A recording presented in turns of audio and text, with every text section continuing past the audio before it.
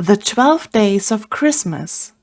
We've all heard the song, but did you know these days hold deep historical, cultural, and mystical significance? And what about the German Rauhnächte?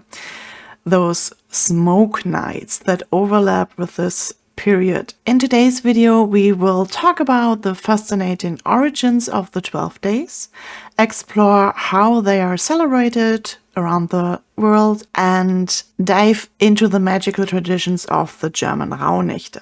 The 12 days of Christmas have ancient roots, stretching back to early Christianity and beyond.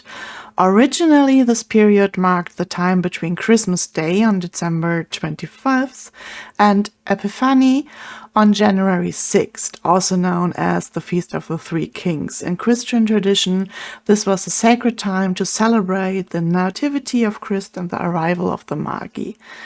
The 12 days were especially significant in medieval Europe, where there were a time of feasting, religious ceremonies, and folk traditions. Some historians trace elements of these celebrations back even further to pre-Christian solstice festivals, blending pagan and Christian elements, which happened a lot, as you might know. Across the globe, this time of the year is marked by celebrations that combine those ancient traditions and modern practices. In Scandinavia, we have Jul, the original winter solstice festival. It celebrates the rebirth of the sun. Bonfires and feast honors this return of the light. In Latin America, Las Posadas reenacts Mary and Joseph's search for shelter with processions, musics, and feasts. In India, we have at the same time of the year the harvest festival of Makra Sakrani. This celebrates the sun's journey into a new zodiac sign with kite flying and special sweets. In Africa, we have Kwanzaa, celebrated from December 26th to January 1st, where African heritage gets honored with rituals that focus on unity, creativity, and self-determination.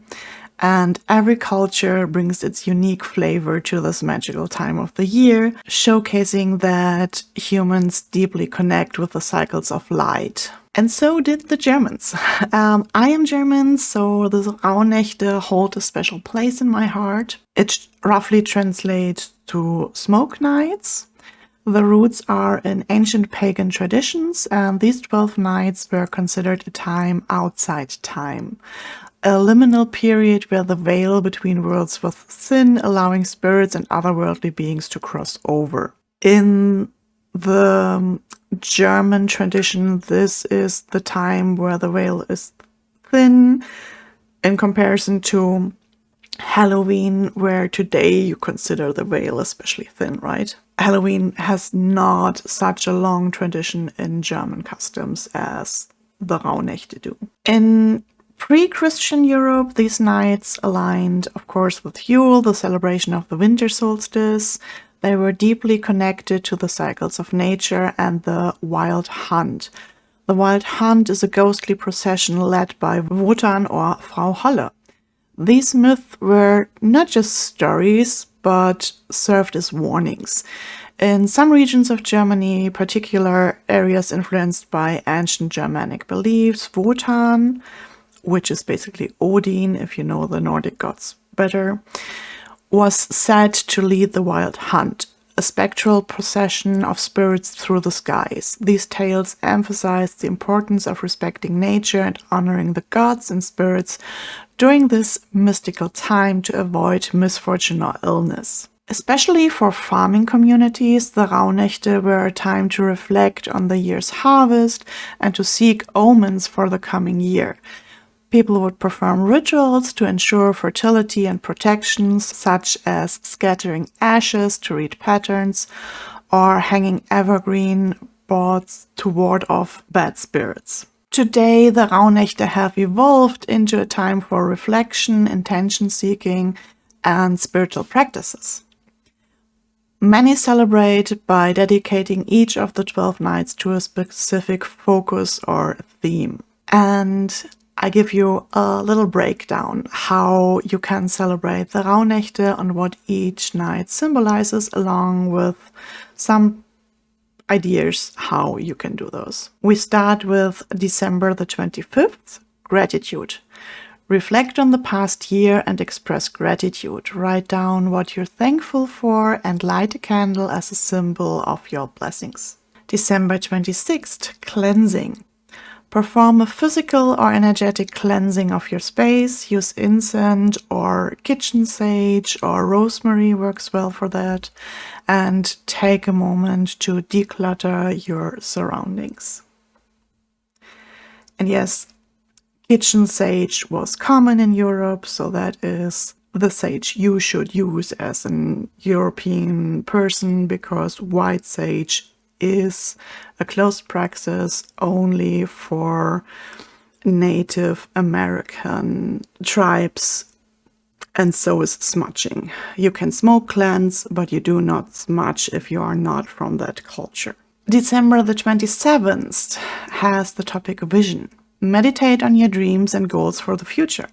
Create a vision board or write your aspirations in a journal. December the 28th is for letting go. Release old habits or grudges, write down what you want to release, and symbolically burn the paper in a safe setting. December the 29th is for protection. Burn incense, rosemary, what you feel called to safeguard your home. You can also sprinkle some salt around doorways for added protection. Some people love to work with sigils, so you can also add sigil magic to that if you are a practitioner of that. December the 30th. Inspiration. Seek creative inspiration for the year ahead. Engage in an artistic activity or explore something new that sparks joy. December the 31st is for transition. Set intentions for the new year. Write a letter to yourself with your goals and dreams for the coming year. January the 1st is for renewal. Begin the year with a focus on self-care and renewal. Treat yourself to a relaxing bath or a walk in nature, however you feel called to fill this word. January the 2nd is for connections. Strengthen bonds with loved ones, share a meal, write a heartfelt message, reach out to someone you've lost touch with, something like that. January the 3rd is for introspection. Reflect on your personal journey, journal about your feelings, and evaluate your growth over the past year. Then we have January the 4th for manifestation. Visualize that your desires come to fruition, write affirmations, repeat them more often than usual. And January the 5th is for preparation. Organize your goals, plan your schedule, and tidy your space for a fresh start. And this wraps up the 12 days of Christmas. Each night, people journal their thoughts, interpret dreams, and perform some small ritual to connect with the energy of the Rauhnächte. And many believe that the dreams we have during this period hold special prophetic insights into the month ahead. I hope there was some new information for you in this video. I hope you have happy holidays. Tell me, what are your favorite holiday traditions? Are you inspired to try celebrating the Rauhnächte this year? Write me a comment. Thank you for watching, and I will see you in the next one.